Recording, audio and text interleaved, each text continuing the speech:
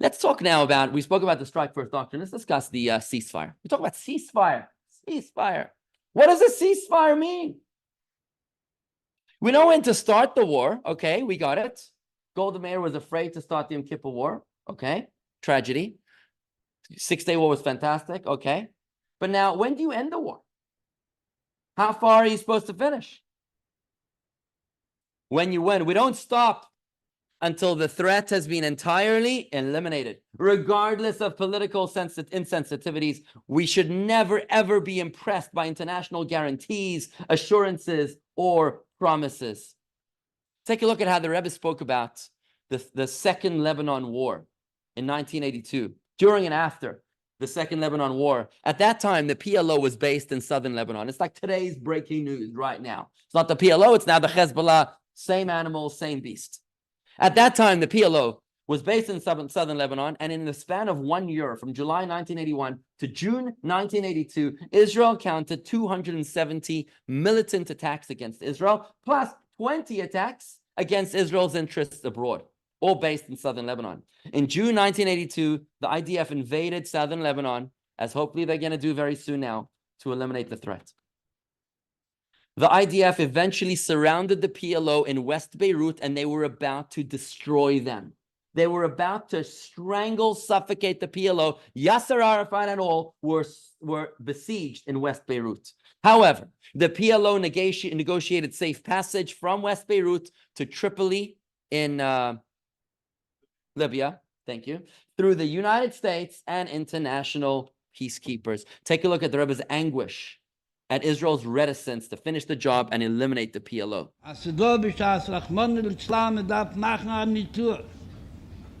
Danach bringt mir rein Aisha Jore Verachalivo und sieht, dass sie vergisst die ersten 3 Tropfen Blut, hebt sich am Betten, ist seit Mafsig.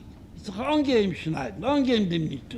Seit ist Mafsig, soll sich der Patient erholen und werden zurück, kommen zu seiner Kirche, dann wird machen den zweiten nicht. Danach der zweite nicht, tornen echt nicht machen mit Basachas. Sie gießt aus das Blut, ist das Lero von dem Patient, das machen dem nicht durch, in die Stolnes, wenn wir das so. Beschaß Emitzer, was sich erlebt, sagen, als Ami sagt, dann gehst zu Bries, Aguf, Gepschute, wenn gehst zu Bakterien, versteht man sich, was man mit ihm getan und wie man mit ihm gefolgt. Hat man getan, hat die Sache mit der 3 Millionen Nieden gemacht an die Tuach, noch hat ihn gebracht, Aisha Jore Veroch Alevo, hat geheißen, Mafsig sein, hat nämlich gewollt folgen, und geht machen an Asife, hat gesagt, sie sind nicht demokratisch, und man darf fragen bei Zweiten, und da sich fragen in Deutschland, und danach gewinnt weiterer See, und wiederer See, hat ihn gemacht, der Zweiten nicht durch Hibelgechase, dieselbe Sache, der Dritten nicht durch Hibelgechase, die Verwalbe Sache. Wie ist dort der Fette nicht durch, was man schon ihm getan? Und man schon gebracht, Korbonis, weil Hashem hinter dem Dom. 100 Menschen mit 100 Psuien. Und nicht es fällt einem, an Einfall, zu 2, zu 3, zu 4, als Gedei, der Matze soll bringen zu der Schule. Wie kann Jesse Bosei, was ist dazu der Jesse, losen de Wund, als sie soll sein mit allen Bakterien, mit allen Sachen, nur dann Leponin werden die Bakterien rüberlegen von einer Tina zweiten. It's as absurd as putting out a house on fire and making sure that we put out 90% of the fire. It's enough already.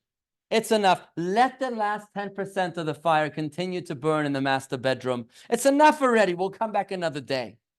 Of course, it's absurd. It's ridiculous. When you're trying to root out a cancer, it's not going to help to take out 90% of the cancer. You got to take the whole thing out. Either you go big or you go home. The biblical source of this idea, my friends, is in text number 5, page 20, where you'll see the verse in Deuteronomy. When you besiege a city for many days to wage war against it, to capture it, besiege the city that makes war with you until its submission. There is no halfway. You've got to work. You don't stop until full submission. The easiest way to end the war is to lose it, to ceasefire means to lose the war. You're going to win the war. You got to be able to play in the big leagues. You got to not be afraid of going all the way. Submission means of the civilian population as well, including the capital cities. And that's why it was very important to the Rebbe that the IDF should march after the Yom Kippur War all the way through to the capitals of Egypt and Syria, to Damascus and to Cairo, even if just for 24 hours, to make sure that it's abundantly clear that we're in charge and don't ever dare mess with us again. The Israelis began advancing in all fronts, and they arrived at more or less 40 kilometers from Damascus. It was already the 5th day of the war. I get a call from Benjamin Klein.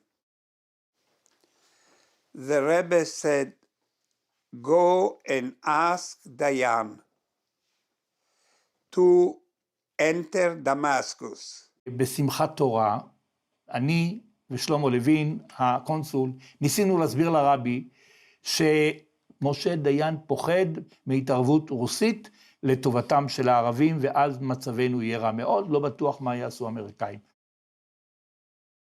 הרבי אמר לו, אין טעם, אין היגיון בתפיסה הזאת. הוא אומר שהרוסים סתם מאיימים, לא צריך לחשוש מהרוסים.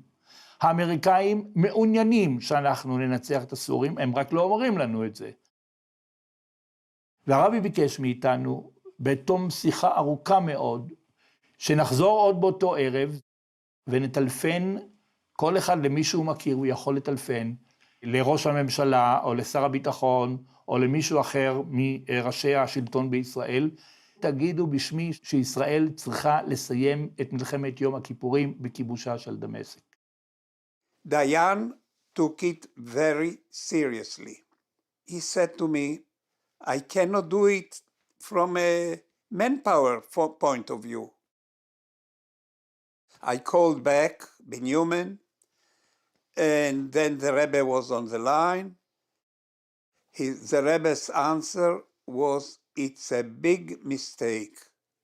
It's a big mistake. That's all.